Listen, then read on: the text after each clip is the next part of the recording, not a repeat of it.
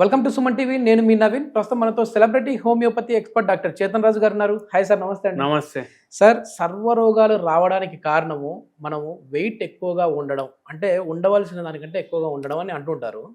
So weight loss అవ్వాలి అని అంటేనే డైట్కి వెళ్ళిపోతూ ఉంటారు. సో డైట్ ఒక్కటే మార్గమా, లేదు అని అంటే హోమియోపతిలో ఎట్లాగో మీరు చాలామంది సెలబ్రిటీస్ కూడా ట్రీట్ చేస్తూ వాళ్ళని హెల్దీగా వెయిట్ లాస్ చేశారు.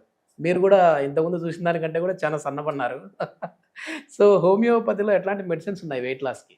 మనం పేషెంట్ వచ్చిన తర్వాత అన్ని సిమ్టమ్లు అడుగుతాం కదా, దాంట్లో పేషెంట్ చెప్తారు అనుకోండి, ఎంత బరువు తగ్గాలి అనిపించినా తగ్గుతలేను, ఎక్కడో ఏదో ప్రాబ్లం ఉంటుంది కదా. బీపీ వ్యాధి ఉంది, షుగర్ వ్యాధి ఉంది, 2 స్టెంట్లు పడ్డాయి గుండెలో. ఓకే, ఏమవుతుంది? ఆ పేషెంట్ డయట్ చేసినా తగ్గరు ఒక్కొక్కసారి. Okay okay. కానీ ఇప్పుడు ఒక బుక్ ఉంది బాయ్, బుక్లో అన్ని చిన్న చిన్న అక్షరాలు ఉన్నాయి. లాయర్లు చూడండి, మీరు జడ్జిలు చూడండి, పాత సినిమా కాలంలో చూడండి, పెట్టుకొని చూస్తూ ఉంటారు. జడ్జ్ ఏం చేస్తాడు, ఇట్లా మ్యాగ్నిఫైయింగ్ గ్లాస్ పట్టుకొని ఇట్లా భూతద్దంలో చూసి చూస్తూ ఉంటాడు, చెప్తాడు జడ్జ్మెంట్. అయితే అట్లా భూతద్దంలో చూస్తాం. అయితే పేషెంట్ వచ్చినప్పుడు కూడా మనం అన్ని రాసుకుంటాం అన్నమాట. ఓకే, భూతద్దంలో పెట్టి చూసినట్టు చూస్తారు, ఏమేమి చూడాలి. ఎందుకంటే ఏది ఎక్కడ దొరుకుతుంది హోమియోపతి డాక్టర్ కి తెలియదు. ఆ భూతద్దంలో చూస్తే ఏమని అర్థమవుతుంది అంటే, మనము ఏదైతే మందులు ఇస్తాం అవి షుగర్ వ్యాధికి పనిచేయాలి, గుండె చక్కగా ఉండడానికి పనిచేయాలి, బీపీ కంట్రోల్లో ఉండడానికి పనిచేయాలి, పేషెంట్ కి మానసిక ఉత్తేజనాలు ఏమైనా ఉంటే, మానసిక ఒత్తిళ్లు ఉంటే అది కూడా చక్కగా చేయాలి. Okay okay. వెయిట్ కూడా తగ్గాలి. వెయిట్ ఎందుకు తగ్గదు? బీపీ ఉన్నా వెయిట్ పెరుగుతుంది.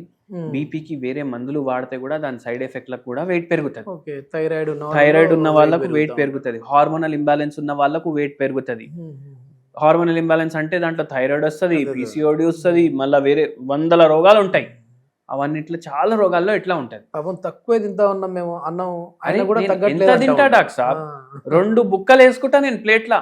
నేను తినేది చూస్తే మా మన్మడు ఉన్నాడు, వానికన్నా తక్కువ నేను తింటా, అయినా నేను పెరుగుతా అని చాలా మంది అంటారు.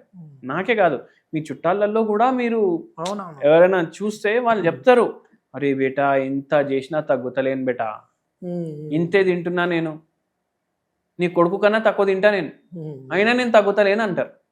అది కారణం ఇది. మళ్ళా మెటబాలిజం స్లో అవుతుంది ఏజ్ తోటి. ఓకే. అయితే ఏంటంటే ఇప్పుడు ఈ మెటబాలిజం మనం పెంచుకోవాలి. మెటబాలిజం పెంచాలి అంటే మనం కరెక్ట్ ఫుడ్ తినాలి, ఫిజికల్ యాక్టివిటీ పెట్టుకోవాలి, మందులు వేసుకోవాలి.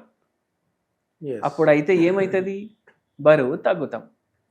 ఇప్పుడు ఉన్నాయి ప్రాబ్లంలు ఉన్నాయి మీకు. ఒకవేళ ప్రాబ్లం లేదు అనుకోండి, ఏమీ రోగం లేదు, బీపీ లేదు, షుగర్ లేదు, థైరాయిడ్ లేదు, పీసీఓడి లేదు, ఏం లేదు, అయినా వెయిట్ పుటాన్ అవుతున్నారు అంటే మీ యాక్టివిటీ చక్కగా లేదు, ఫిజికల్ యాక్టివిటీ మీ లైఫ్లో లేదు, అంతే కదా. మీ మెటబాలిజం స్లో అయింది. మళ్ళా ఏంది? స్లీప్ సరిగా లేదు, ఫోన్ ఎక్కువసేపు చూస్తున్నారు, ఇవన్నిటి వల్ల కూడా వెయిట్ పుటాన్ అవుతాం. ఓకే. అండ్ మోస్ట్ ఇంపార్టెంట్లీ మీ బాడీకి ఎంత అవసరం మీరు దానికన్నా ఎక్కువ ఇస్తున్నారు మీ బాడీకి, లేదా మీ డయట్ చక్కగా లేదు. పేషెంట్స్ ఇట్లా వచ్చి మనకు ఒక పేషెంట్ కూడా ఇట్లా తీసుకున్నారు మందులు, వెయిట్ కూడా తగ్గాలి, మోకాళ్ళ నొప్పులు కూడా తగ్గాలి. వెయిట్ వల్ల ఎట్లాగో మోకాళ్ళ నొప్పులు వస్తాయి. మొత్తం గ్రేడ్ 3 ఉండే. ఓకే, ముందుగానే ఉన్నది. పేషెంట్ ఏజ్ కూడా 52, 53 ఉండే. మనం ట్రీట్మెంట్ ఇవ్వడం స్టార్ట్ చేసినాం. Okay okay. బరువు తగ్గట్లేదు కానీ నొప్పులు తగ్గుతున్నాయి. 2 నెలల తర్వాత మనం అనలైజ్ చేసినాం, ఏంది ఎందుకు తగ్గట్లేదు, మళ్ళీ ఇంకా జర మందు చేంజ్ చేసి ఇచ్చినాం, మళ్ళీ నొప్పి ఇంకా తగ్గింది, ఓకే, బరువు తగ్గట్లేదు, 3 కిలోలు తగ్గిండ్రు 4 నెలల్లో. అయితే మనం మళ్ళా డీటెయిల్గా మాట్లాడితే ఆయిల్ ఫుడ్ ఆపినరా మేడం అని అడిగినాం. ఓకే, అవును సార్, మొత్తానికి మీరు ఆపేసామన్నారు కదా, ఆపేసినామన్నారు. మళ్ళీ ఎందుకు పెరగట్లేదు, పెరుగుతుంది అనేసి నేను ఆలోచించిన.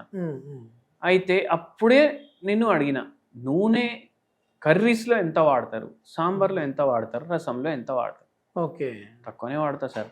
ఇట్లా తేలుతుందా పైన అనేసి అడిగిన. అవును సార్, మంచి ఎర్ర కలర్ రావాలి కదా సార్ మనం వండుకున్న దాంట్లో సాంబార్, నాకు అట్లా ఉండకపోతే ముద్ద దిగదు అన్నారు. మంచి తిరువాతలో ఎక్కువ వేస్తా ఉన్నారు. ఆయిల్ ఫుడ్ తినొద్దు అన్నా నేను. వాళ్ళు ఏమనుకున్నారు, ఫ్రైలు తినొద్దు అనుకున్నారు. ఫ్రైలు తినొద్దు అనుకొని కర్రీల్లో అయితే వాడుతున్నారు కదా. అంటే వాళ్ళు ఏం చేస్తున్నారంటే సాంబార్ని ఫ్రై చేస్తున్నారు, రసంని ఫ్రై చేస్తున్నారు, మరి వేయాల్సిన దానికంటే ఎక్కువ వేస్తా ఉన్నారు. ఇట్లా పైకి రావద్దు బై నూనె. అట్లా ఉంటేనే కరెక్ట్ గా మీరు వండుకున్నట్టు. మీరు ఇంత వండుతున్నారు కర్రీ అంటే దాంట్లో ఇంత ఆయిల్ వేయాలి. ఆ జీలకర్ర రైలు జర నల్లగా అవ్వడానికి వేయాలి. మీరు మొత్తం నేను పావు కేజీ వేస్తా ఒక 1 kg కర్రీలో అంటే నడవదు. హోటల్ ఫుడ్ ఎందుకు తినొద్దు అంటారు? మీరు చూడండి ఎంత నూనె ఉంటుంది. ఇట్లా రొట్టె మీరు బెండకాయ పులుసు ఆర్డర్ చేసుకొని చూడండి, బయట రొట్టె ఇట్లా దాని మీద ప్రెస్ చేయండి, మొత్తం రెడ్ కలర్ ప్యాచ్ ఆయిల్ వస్తుంది. అందులో బాయిల్ చేసిన దాన్ని మళ్ళీ రిపీటెడ్ గా చేస్తూ ఉంటారు, మళ్ళీ అదే ఆయిల్ వాడతారు.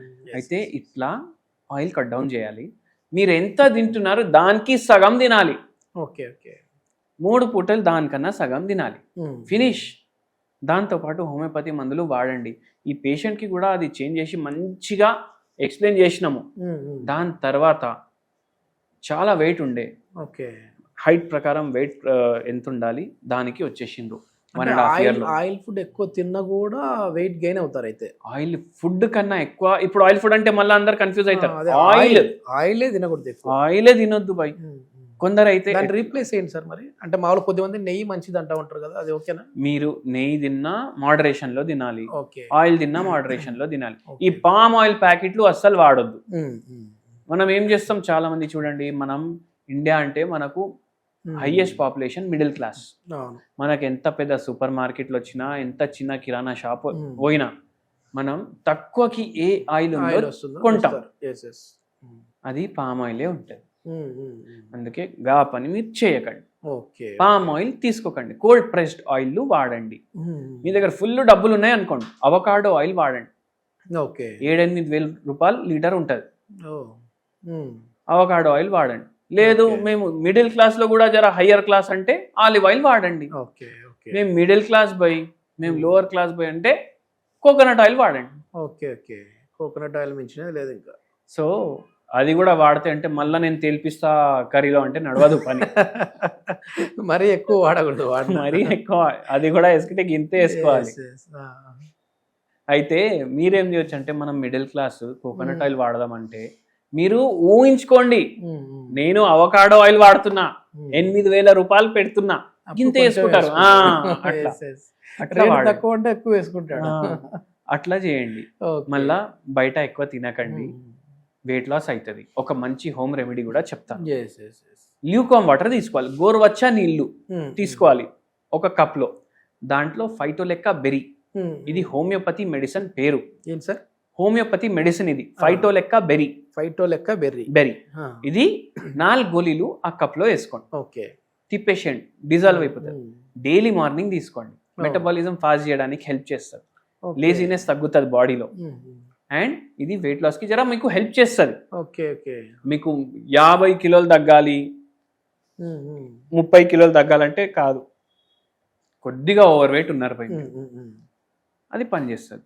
కానీ మీ ప్రకృతి ప్రకారం వెయిట్ కూడా తగ్గాలి, బీపీ కూడా తగ్గాలి, షుగర్ కూడా తగ్గాలి, అన్ని కాంప్లికేషన్లు కూడా ఉన్నాయి, మీకు మోకాళ్ళ నొప్పులు కూడా ఉన్నాయంటే మీరు మీ ప్రకృతిని బట్టి, కాన్స్టిట్యూషన్ ని బట్టి మీకు హోమియోపతి డాక్టర్లే మందులు ఇస్తారు. అయితే అది తీసుకోండి, మీకు తగ్గుతుంది. మొత్తానికి హోమియోపతిలో వెయిట్ లాస్కి ది బెస్ట్ మెడిసిన్స్ ఉన్నాయంటారు. దీనితో పాటుగా మనం ఈ డైట్ అనేది కూడా మెయింటైన్ చేయాలి. థ్యాంక్ యూ సార్, చాలా మంచి ఇన్ఫర్మేషన్.